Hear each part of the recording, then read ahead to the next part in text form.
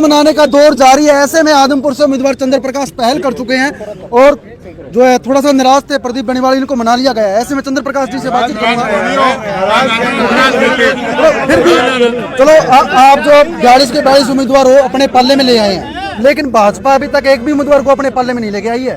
देखिए, हमारे सभी जो नेता हैं हम सब एकजुट हैं और जिस तरह से आप माहौल देख रहे हैं, जिस तरह से सभी नज़र आते हैं, कई बार इत्तफाकन कोई बात होती है, कहीं जाना पड़ जाए, कोई और होते, तो उसको आप इस नज़रिए से नहीं ले सकते। 42 जो लोकल उम्मीदवार थे उनमें से एकमात्र मजबूत उम्मीदवार के रूप में प्रदीप जी बेनीवाल थे और 2 दिन तक यहाँ ऑफिस में नजर नहीं आया। घर बैठे थे, कार्यकर्ताओं को लगातार संपर्क में थे। कार्यकर्ता कह रहे थे कि आप निर्दलीय इलेक्शन लड़ें, लेकिन उन्होंने किस तरीके से अपने कार्यकर्ताओं को मना कर रखा। आज ढोल नगाड़ों के साथ, पटाखों के साथ आप किस प्रकार से मना करके ले, क्या आश्वासन आपने प्रदीप जी बेनीवाल को दिया? देखिए, हम सब एकजुट होकर के जो आगे जो सरकार बनने जा रही है कांग्रेस की, एकजुट होकर के आदमपुर के विकास की ओर ले जाने का आदमपुर को करेंगे।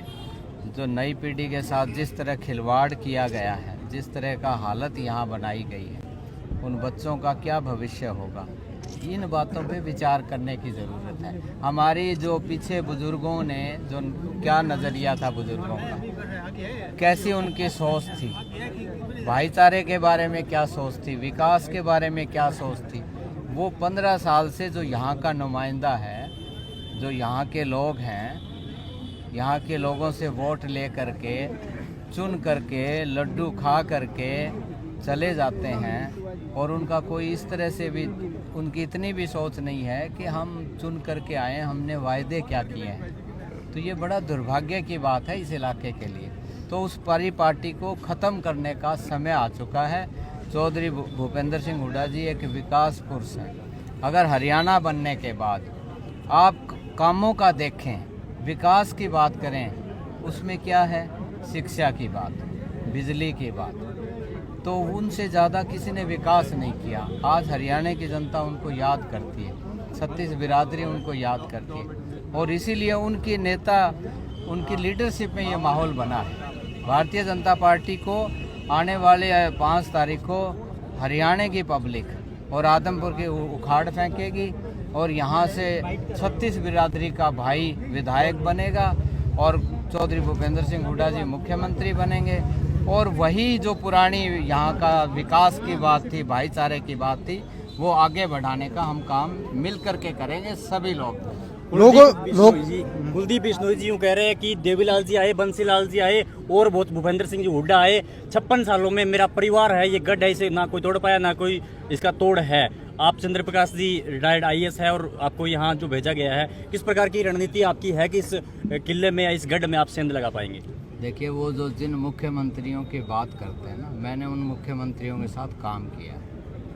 उनके ज़िलों में मैं DC रहा हूँ, कमिश्नर रहा हूँ और जो वो बात करते हैं, मेरी ये है, हमारी सब की जो हमारे नेता हैं यहाँ के, भाई प्रदीप बेनीवाल जी और दूसरे भूपेंद्र कासम जी और सारे हमारे साथी यहाँ पे हैं, हमारी सोच है कि आदमपुर का विकास के बारे में सोचें। और मेरी विशेष तौर से एक सोच है कि यहाँ 2 प्रोजेक्ट जो बहुत लार्ज स्केल के, जो बड़े प्रोजेक्ट होते हैं, उनके बारे में हमारी सोच है, ताकि पूरे इस इलाके का विकास हो। एक आदमपुर के एरिया में, एक बालसमंद के एरिया में, ताकि हमारे लोगों का, नई पीढ़ी का उज्जवल भविष्य हो और सारा इलाका तरक्की की ओर जाए।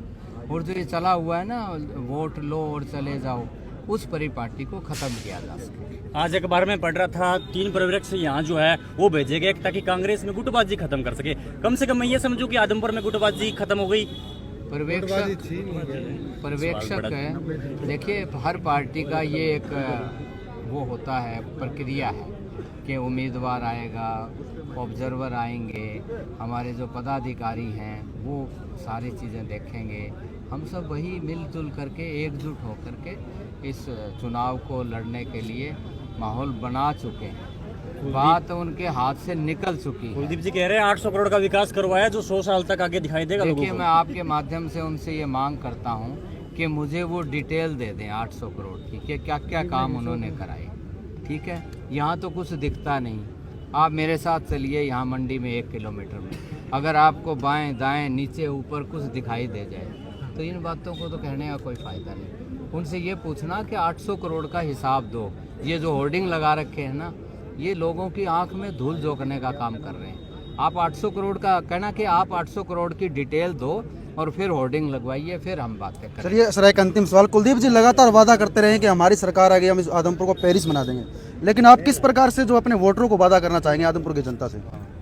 हम आदमपुर के विकास की बात कर रहे हैं, नई पीढ़ी के उज्जवल भविष्य की बात कर रहे हैं, 36 बिरादरी के भले की बात हम कर रहे हैं, नए प्रोजेक्ट लाने की बात हम कर रहे हैं। और ये जो शहर का हालत है, इस हालत को कांग्रेस पार्टी की सरकार और चौधरी भूपेंद्र सिंह हुड्डा जी की सरकार बनते ही आप 9 महीने में देख पाएंगे। देखिए, मैं प्रशासनिक अधिकारी हूँ, मैं 2 महीने नहीं कह सकता, काम करने में समय लगता है, उस प्रक्रिया होती है। तो 9 महीने और 1 साल में आप देखेंगे कि आदमपुर कहाँ का कहाँ चला गया।